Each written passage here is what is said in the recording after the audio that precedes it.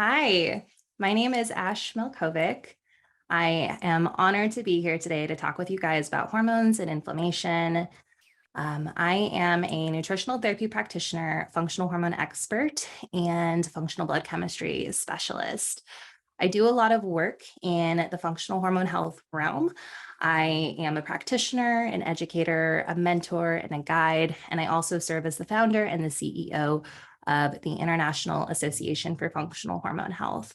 So IAFHH, the International Association for Functional Hormone Health, is an educational institution that is on a mission to empower women's health professionals with a mastery in functional hormone health. We support practitioners through one-on-one mentorship, as well as a 13-week practitioner training, academic webinars, educational resources, and so much more. We stand as the voice of authority on the most up-to-date education in women's health. And it is an honor to be able to provide that level of support to the practitioners and the people out there who need it most, especially in the cystic fibrosis community. So I'm really happy to be here today. What we are going to talk about are primarily how hormones and inflammation are connected and how this can be involved with cystic fibrosis cases. So we're going to talk about the primary roles of hormones in the body. We're going to talk about how inflammation can interfere with hormone health. We're also going to talk about how stress and cortisol imbalances can contribute to inflammation and hormone imbalances. And then we'll also be discussing how we can nourish a healthy stress response and hormone balance within the body. So let's go ahead and dive in.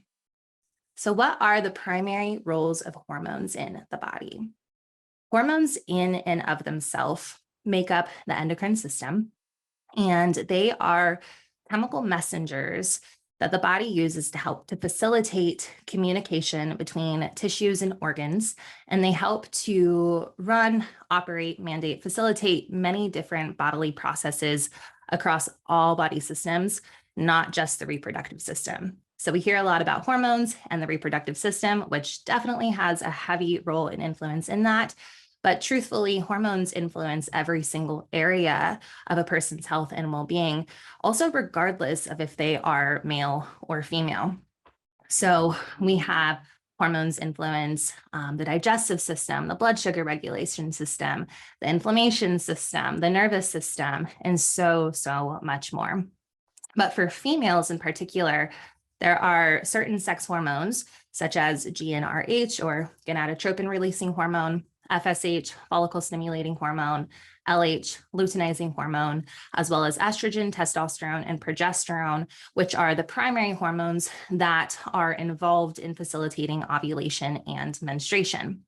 Now, although hormones influence many areas of the body, ovulation and facilitating the ovulatory process is incredibly integral for supporting many areas of the body as well. So there are hormones outside of the ones that I just listed, but these ones in particular are beneficial for ovulation and beyond. So some of the benefits of ovulation and these hormones that are produced through that process help to facilitate and maintain the health and function of our brain, including our mood, our memory, our cognition, as well as supporting our heart health, our bone health. They're there to be supportive for cancer protection, as well as some of the basic systems in the body, like the digestive system and digestive function, blood sugar balance, and inflammation balance, as I had mentioned earlier. However, speaking to cystic fibrosis, this is kind of where the fun comes in and the research of hormone health and sex hormone health, specifically with cystic fibrosis cases.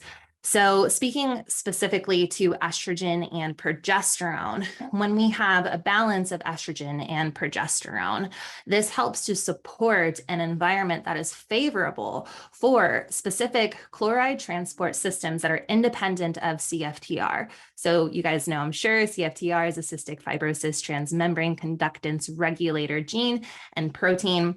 And so when we have a balance of estrogen and progesterone, this helps to support additional chloride transport systems outside of that gene, which is helpful for those who have CF, of course.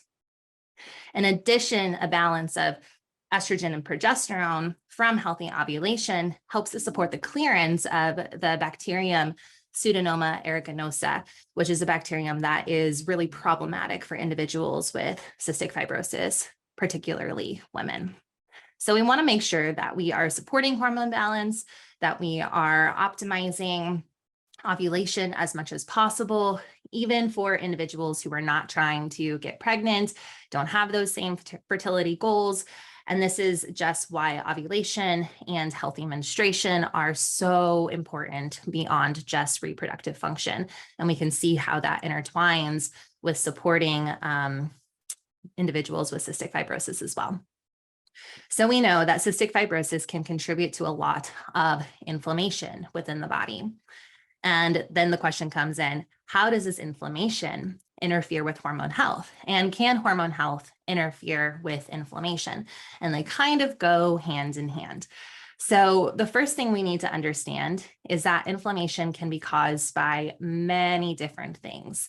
So for cystic fibrosis, a lot of the inflammation is the result of an upregulated immune system and chronic infections due to the condition. But inflammation can be caused by numerous other things as well, including stress, which we'll get to a little bit later, environmental toxins, your dietary choices, the environment that you live in. There's just so much that goes and contributes into inflammation as a whole. So that's kind of a conversation for a different day, but we'll kind of keep it to cystic fibrosis and the inflammation that is produced from that in this setting and how that interferes with hormone health. So with this type of inflammation, what we are seeing most often is that there is an upregulated immune response due to the inability to clear that mucus properly and an increased risk of infections. And so when we have infections and we have an upregulated immune system response, we start to see excess histamine build up. And so histamine is going to be a response from certain immune cells in the presence of different bacteria, pathogenic invasions, and things like that. And so when we have excess histamine buildup, this can interfere with numerous areas of the body, including the intestines, the pancreas, the liver, the reproductive organs, which are all primary areas that can be impacted through cystic fibrosis. So with this, we can see that histamine can have an influence on many areas of the body and of health, but hormone health in particular is one that can get impacted. So as we know, hormones are involved in all body systems. And at the same time, all body systems influence the structure and function of our endocrine health. So when we start to see hormone imbalances that can occur from excess histamine buildup, the inflammation, and the upregulated immune system response, of course, this can interfere with numerous other areas of the body, as well as reproductive function. Although specifically speaking to histamine that can be upregulated due to cystic fibrosis cases and produced from more of that immune system related inflammation, we know that histamine can stimulate the endogenous production of estrogen, so the estrogen that is produced within the body. And when we have excess estrogen, this is one of the imbalances that can impair those electron transport systems that I talked about a little bit earlier. So we want to make sure that we're having a balance in estrogen and we're not having too much of it.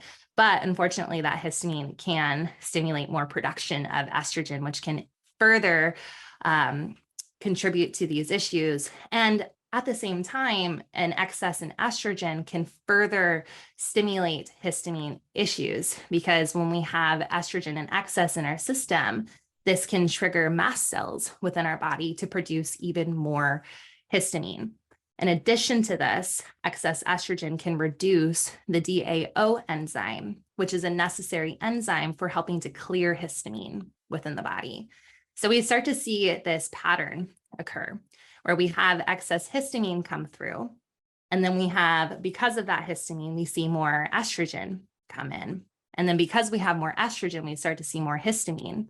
And we start to degrade our body's ability to clear that histamine. And thus we produce more estrogen. And the cycle continues. So this can be one of the problems that we see, and potentially maybe a reason why cystic fibrosis can kind of compile over time in tandem with estrogen and hormone-related imbalances. In addition to this, inflammation from cystic fibrosis cases specifically, but inflammation in general too, can interfere with hormone receptor function, as well as damaging the quality and the health of our cells and the cell membranes, which hold those hormone receptors. So when we have inflammation that's interfering with our hormone receptor function, this degrades the cell's responsiveness to these vital sex hormones. And as I mentioned, these vital sex hormones are necessary for our brain health, our heart health, our bone health, and so much more. So we can see that if we have an interference there, this can impact not only our reproductive health, but so much more.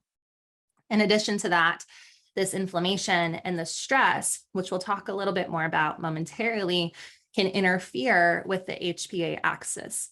So the HPA axis stands for the hypothalamic pituitary adrenal axis. And this is the primary communication system between the brain and the adrenals, which help to regulate, modulate the stress response system in our body.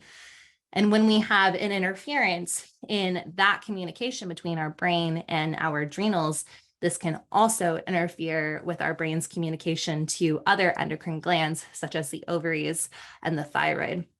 So we might see thyroid-related issues as well as ovarian or gonadal related issues, which can lead to ovulation issues and further impair hormone balance from that point. So speaking a little bit more to stress in the HPA system and cortisol imbalances that can occur due to excess inflammation, how does this relate to further imbalancing hormones in a sense? How can stress contribute to inflammation and further hormone imbalances? So just how inflammation can contribute to hormone imbalances, as I described, this can increase stress, and then stress can further increase inflammation within the body as a natural response to excess stress and excess cortisol. Cortisol in and of itself and the stress response system is meant to be modulatory. So when we have a stressful situation and it's minor, it may not necessarily cause chronic inflammation to that extent. But in today's day and age, we have chronic stressors all around us between our food, our environment, rushing, getting the kids to school early in the morning, not eating an appropriate breakfast, over-exercising, under-exercising, the amount of toxins that we are subjected to on a daily basis. All of these things can interfere and contribute to stress within the body. So at this point in time, we're looking at a compounding impact.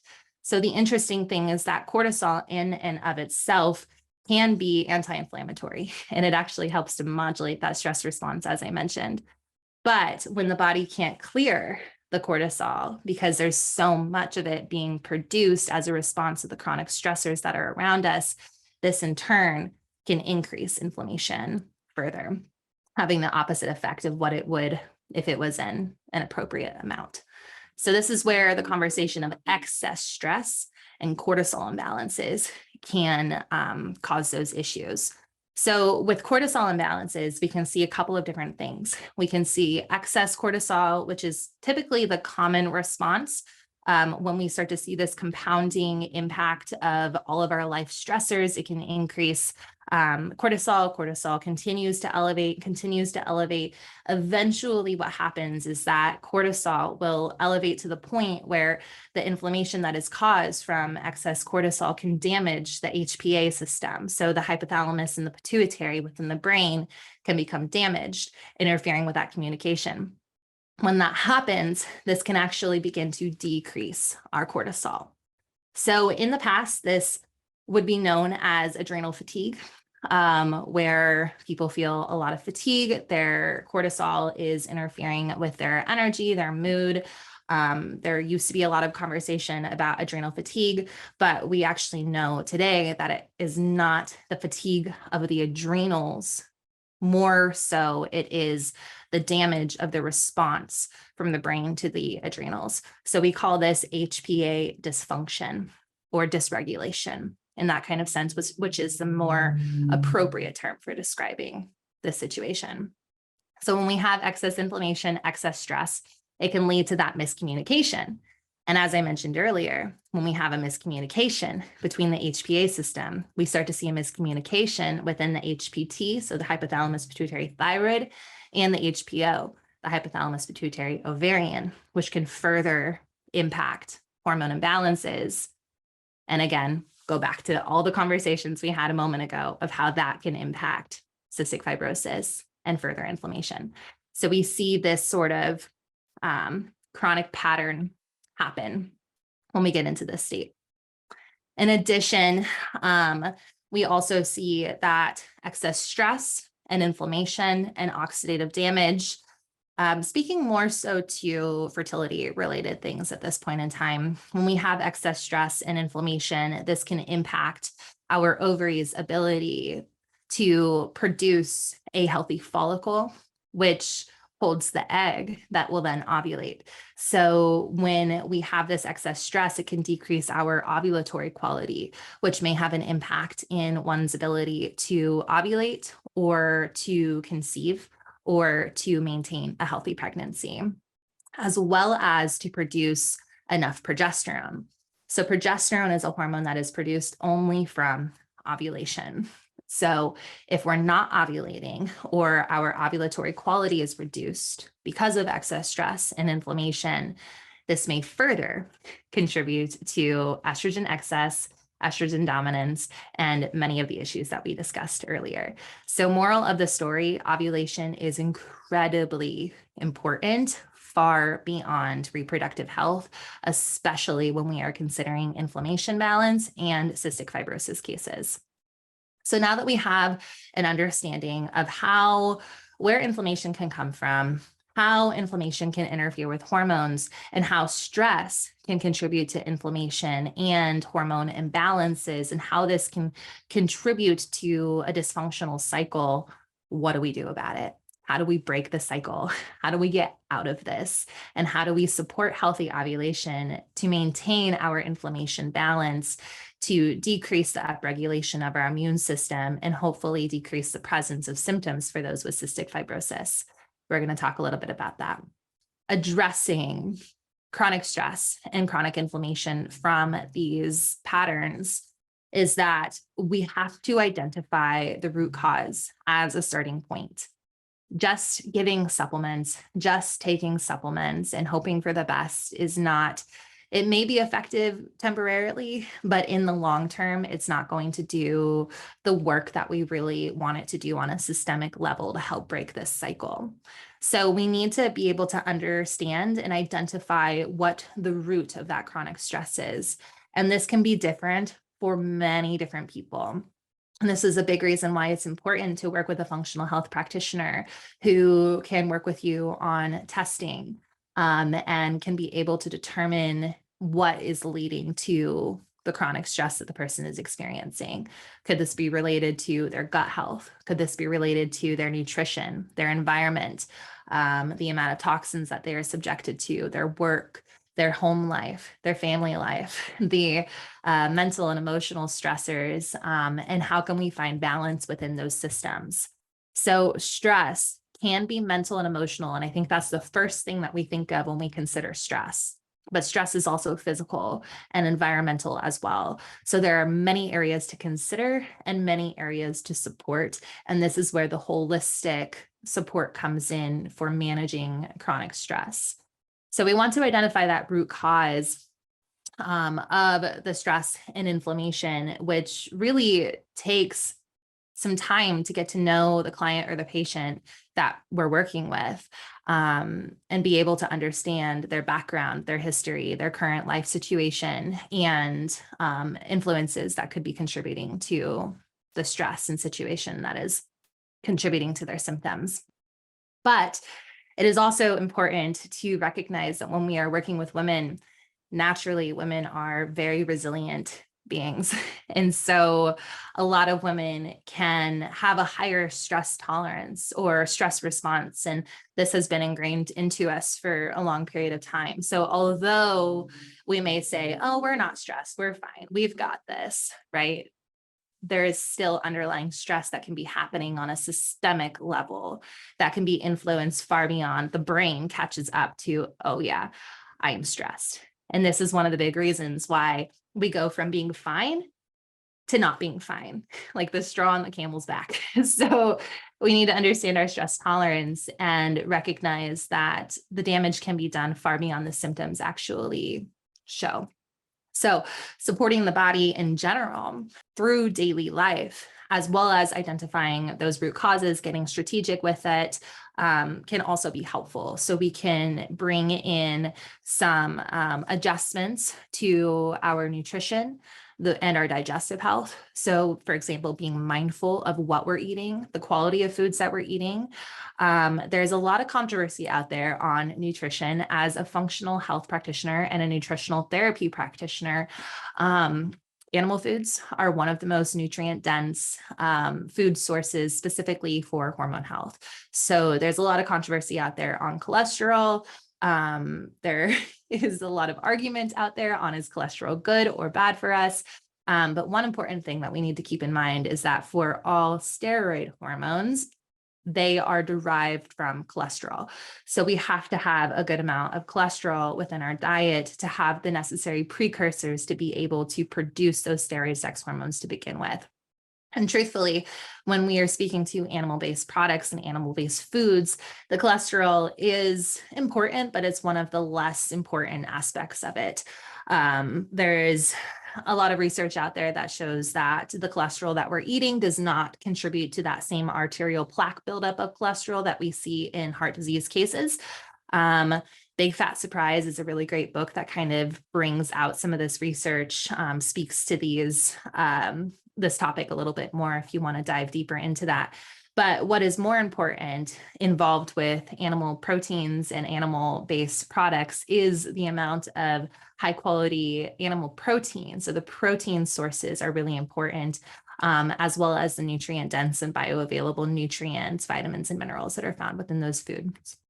So making sure that our clients or yourself are eating nutrient dense foods that contain both animal proteins, animal-based foods, and a variety of plant-based foods is going to be really important. So that nutrient dense, balanced diet will be really important, as well as focusing on the quality of the food that we're eating. So making sure that we're not eating animal products from conventional feedlot operations, but that we are choosing grass-fed, really high quality, raised and grown food sources to minimize our exposure to additional toxins and stuff.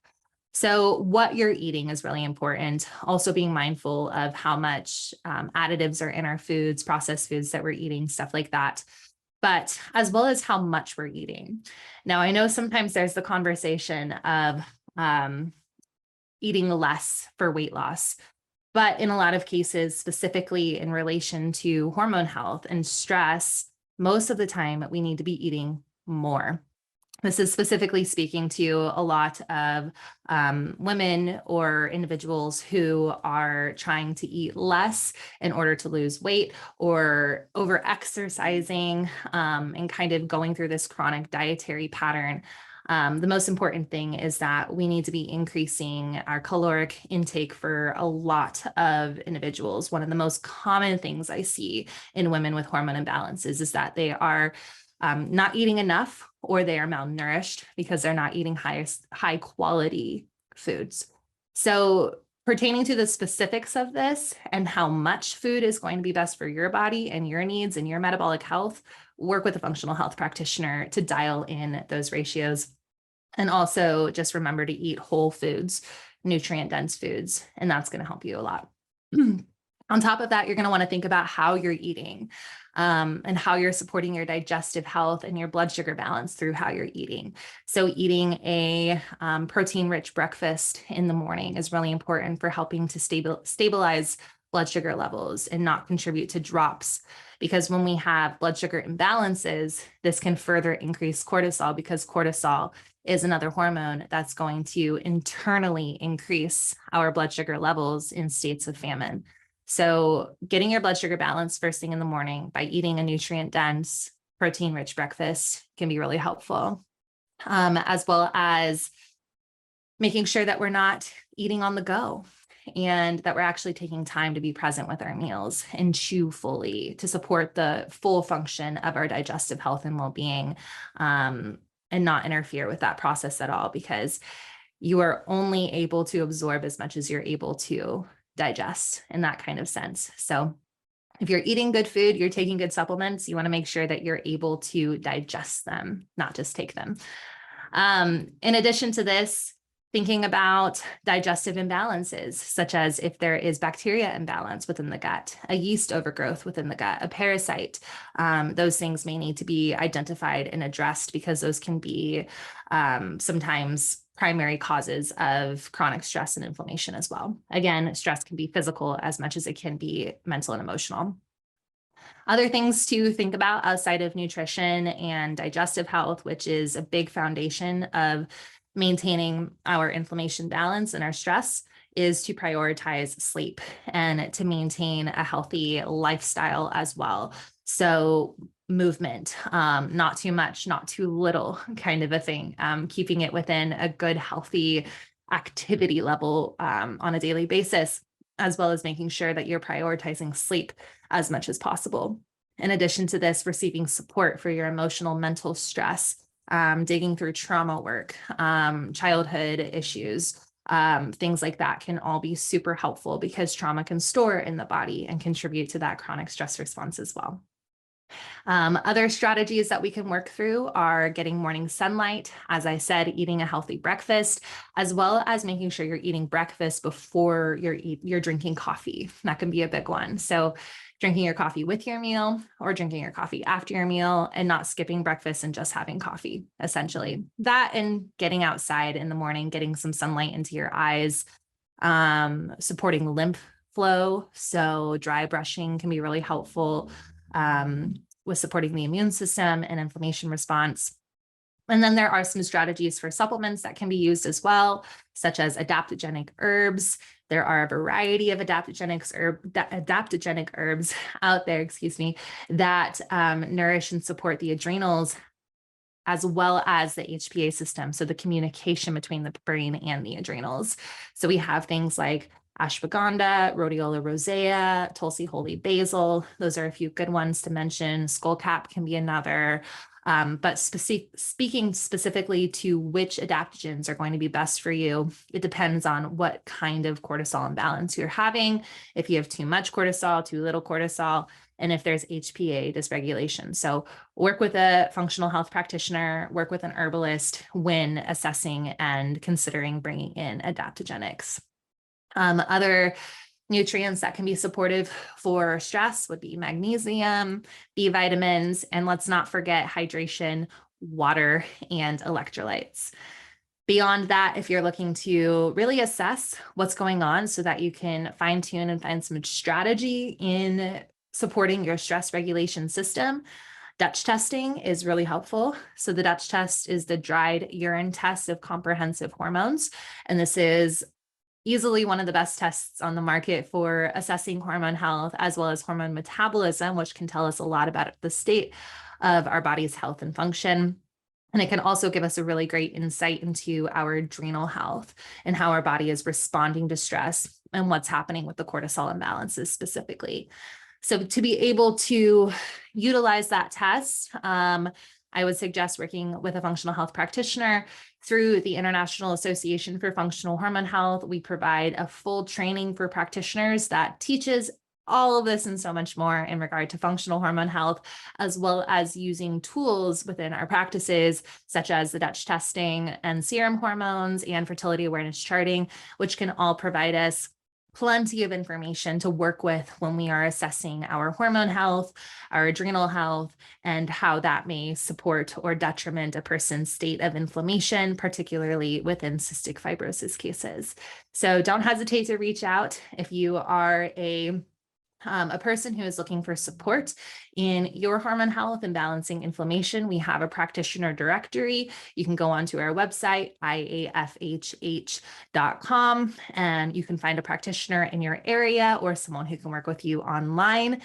Or if you are a medical professional, a health professional, and you are interested in learning more about functional hormone health, we encourage you to look into our practitioner training. Reach out for support. We offer mentorship as well, and we are here to support you in refining your skill and understanding of working with functional hormone health in your practice. So thank you so much for having me. This has been a pleasure, and I hope by now you have a more refined understanding of how stress and inflammation can contribute to hormone health, especially in those with cystic fibrosis. Thank you.